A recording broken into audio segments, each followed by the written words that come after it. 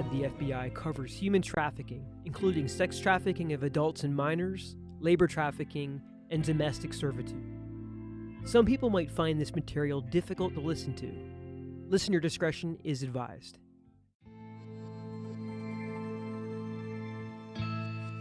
Myth: human trafficking is always or usually a violent crime. Myth: traffickers only target women and girls.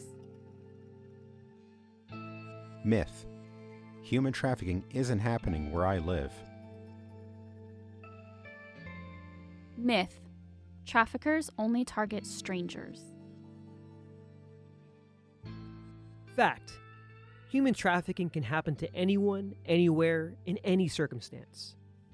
On this episode of Inside the FBI, our host Kelly Connor dispels some myths about human trafficking with the help of a special agent from our office in Phoenix.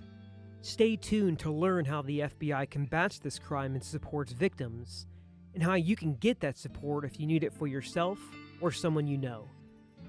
I'm Steve Lewis, and this is Inside the FBI.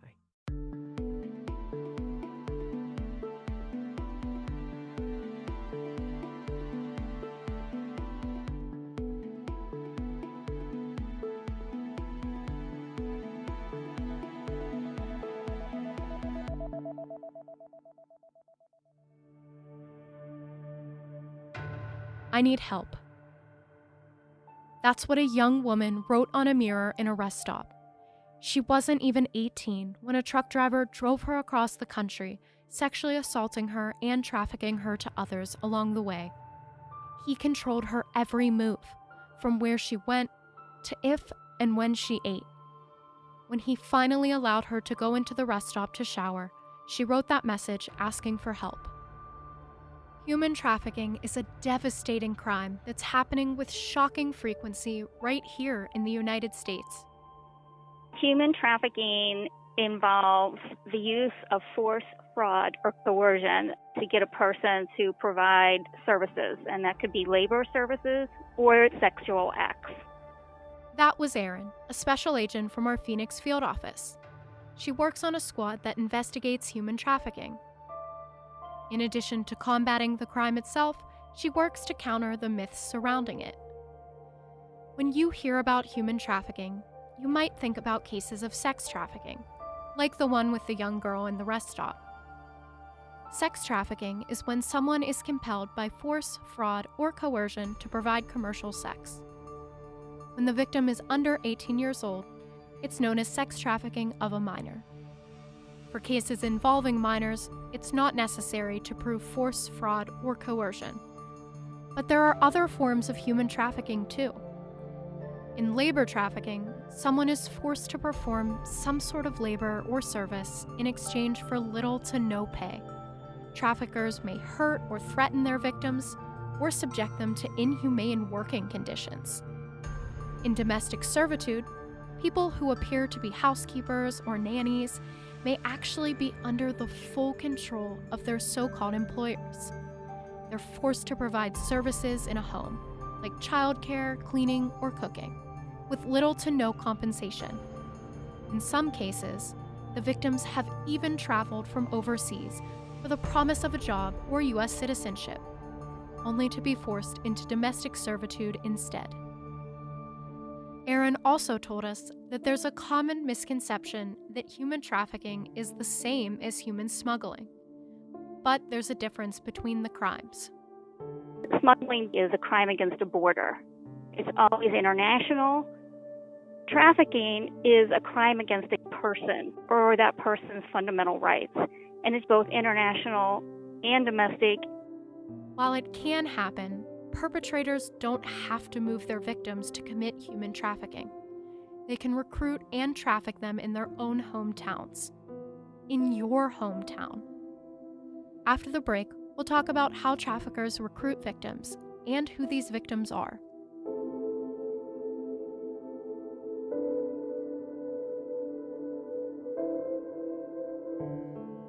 If you are a human trafficking victim, or if you have information about a potential trafficking situation, call the National Human Trafficking Hotline at 1-888-373-8255 7888 or text 233-733.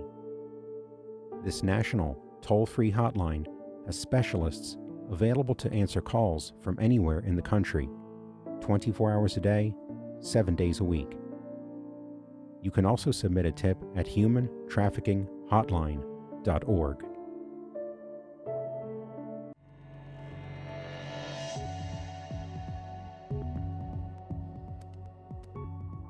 You might think that human trafficking doesn't happen in your area, or that it could never happen to someone you know.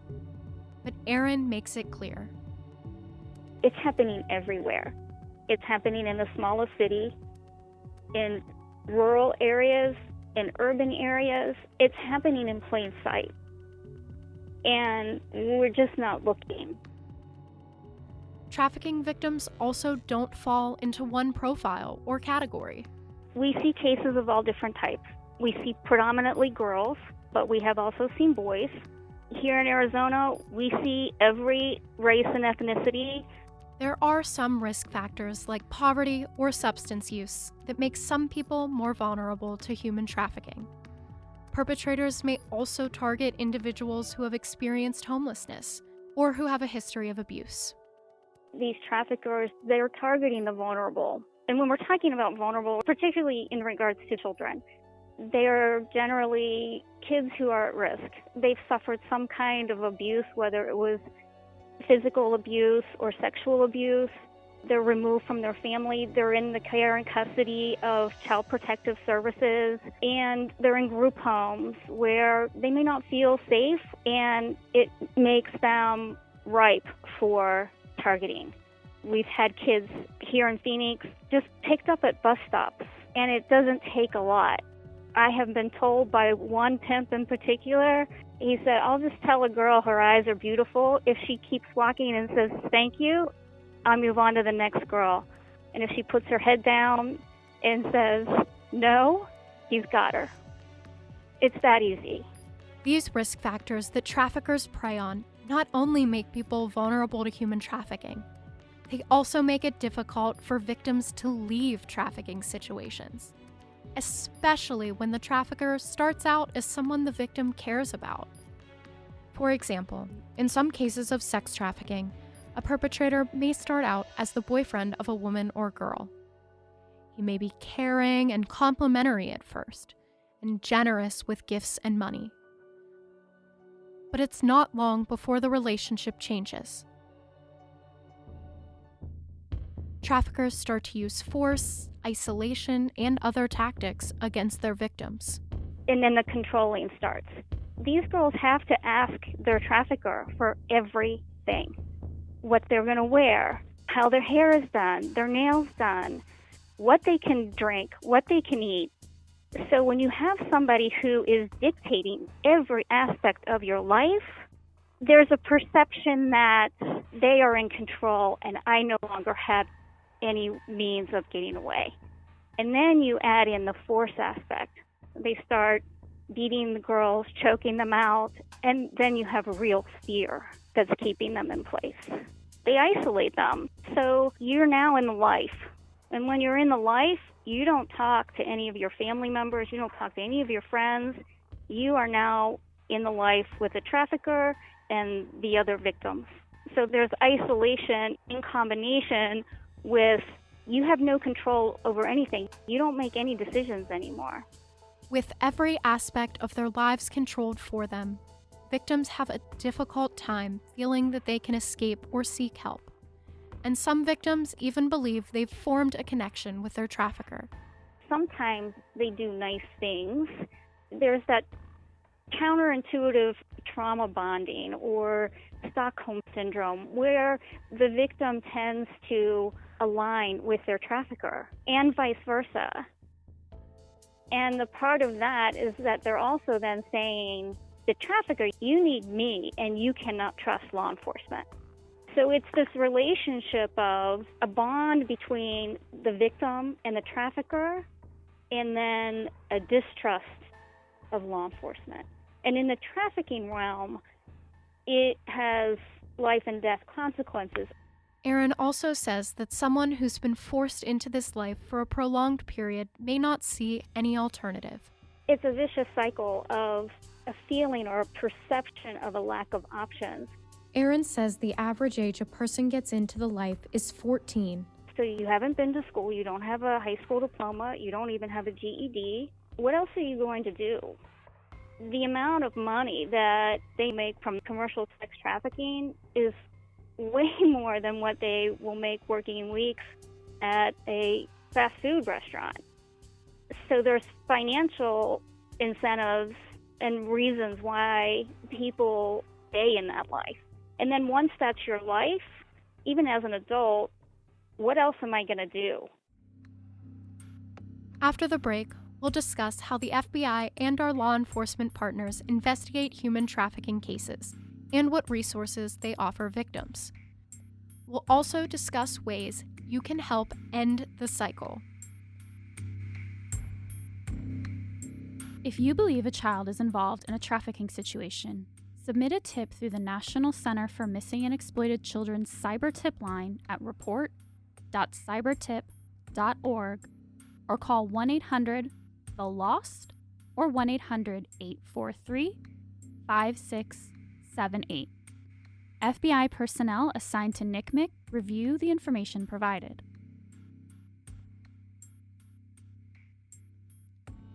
Every one of the FBI's 56 field offices has reported cases of human trafficking. As of January 5th, 2022, the FBI had more than 1,700 pending cases. But human trafficking of all kinds is notoriously underreported, so it's likely those numbers only tell part of the story. Erin hopes people start to understand how common this crime really is. One of the first steps you can take is to start looking for signs of trafficking situations in your community. We close our eyes to what's happening right in front of us. And I think once your eyes are open to it, it's shocking how prevalent it is. It's happening everywhere. So what are some indicators of human trafficking you might see? Labor trafficking victims may have jobs that seem too good to be true. They may live with their bosses. Sex trafficking victims may receive gifts or money from their traffickers. They may seem like they're in stable romantic relationships. All victims and survivors may give scripted or rehearsed answers to questions, show signs of abuse, or miss school or work. Keep your eyes open. Reporting these signs can change and save lives. We had a young lady several years ago who was smuggled into the United States, and then she was forced to cook and clean, so more of kind of the domestic servitude. She had to help raise the children. The subject of that particular case, when she turned 18, he started forcing her to have sex with him as well. She got pregnant. When she was getting ready to deliver the baby, they dropped her almost a mile away from the hospital and made her walk the rest of the way to the hospital to deliver, and taught her one word, which was adoption. So obviously this piqued the interest of the hospital staff. They contacted Catholic Charities, who then contacted the FBI.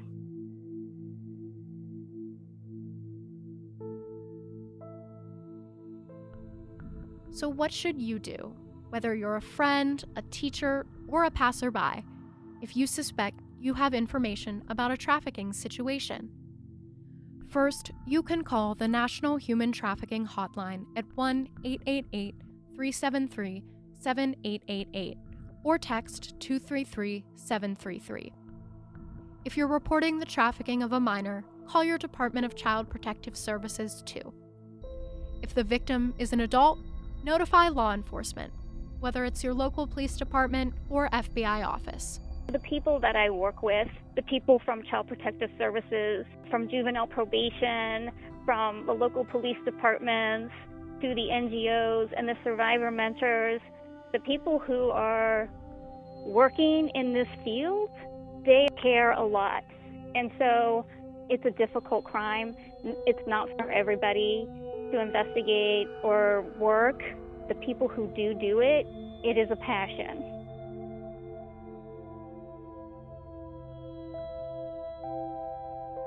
The FBI also has dedicated victim specialists to support survivors, including specially trained staff who work with children. The FBI and our law enforcement partners who tirelessly investigate human trafficking do what they do to bring perpetrators to justice, help give survivors better lives, and fight to end the cycle once and for all. It is a terrible crime that a lot of people don't ever recover from. But victims should know. There is help, and we understand the totality of the problem. And one of the things that I try to say to all of the people that I encounter is that you deserve better. Thank you for joining us for this episode of Inside the FBI. You can follow us on your favorite podcast player, including Apple Podcasts, Google Podcasts, and Spotify. I'm Kelly Connor with the FBI's Office of Public Affairs. Thanks for listening.